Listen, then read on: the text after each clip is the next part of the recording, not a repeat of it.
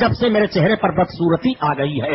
ایک آدمی بیٹھا ہوا تھا, اس نے کہا میں بھی تو ان کے قاتلوں میں سے تھا کربلا کے میدان میں, مگر مجھے تو کچھ نہیں ہوا. اتنا کہہ کر کے اٹھا اور چراغ کی بتی سیدھی کرنے لگا. یہ اچانک لو بڑھی اور اس کی داڑھی میں آگ لگ گئی. وہ جلنے لگا, اس کا پورا جسم جلنے لگا. اس ظالم کا پورا جسم جل جاتا ہے, پانی ابیلا جا رہا ہے, نہیں بجھ رہا ہے. وہ پیاس پیاس چلا رہا ہے, نہیں بجھ رہا ہے. اور وہ کہہ رہا ہے یہ امام حسین کا بدلہ ہے, یہ امام حسین کا بدلہ ہے. امام علی مقام کے قاتلوں میں سے کوئی ایک فرد باقی نہیں بچا تھا دنیا میں جو سزا نہ پا گیا ہو. اور سب سے کڑی سزا کون ملی ہے یزیدیوں کو, وہ بھی بتائے دیتا ہوں پیارے. ایک بات دیکھ لو, اگر کسی کی نسل چلتی ہے, نسل چلنا رحمت الہی ہے. اس لیے کہ اگر باپ فاسق ہے, فاجر ہے, بے حیا ہے, اس کی نسلیں چل جائیں تو ممکن ہے اس کی اولادوں میں کوئی نیک نکل جائے, اس کی اولادوں میں کوئی حافظ ہو جائے, اس کی اولادوں میں کوئی عالم ہو جائے, کوئی مفتی ہو جائے, کوئی ولی ہو جائے, کوئی سخی ہو جائے. اس طرح سے نسلوں کے چلنے کا معاملہ رہتا ہے. تو جن کی نسلیں چلتی ہیں وہ بڑے خوش قسمت ہوتے ہیں. یزیدیوں پر سب سے بھاری عذاب جو آیا تھا, جتنے یزیدی تھے کربلا کے میدان میں کسی کی نسل نہیں چلی ہے. اللہ تعالیٰ نے سب کی نسلوں کو ختم کر دیا. رب کو منظور ہی نہیں ہے کہ جو میرے محبوب کے نواسے کے قتل میں رہے ان کی نسل چلی جائے, اس لیے کہ نسلیں جب چلیں گی تو اس سے اچھے برے ہو سکتے ہیں. رب کو منظور ہی نہیں ہے. رب نے وہی منقطع کر دیا کہ نہ کوئی نسل چلے گی, نہ ان سے کوئی اچھا پیدا ہوگا, نہ ان سے کوئی برا پیدا ہوگا. سب سے بھاری عذاب یزیدیوں پر یہی ہوا ہے.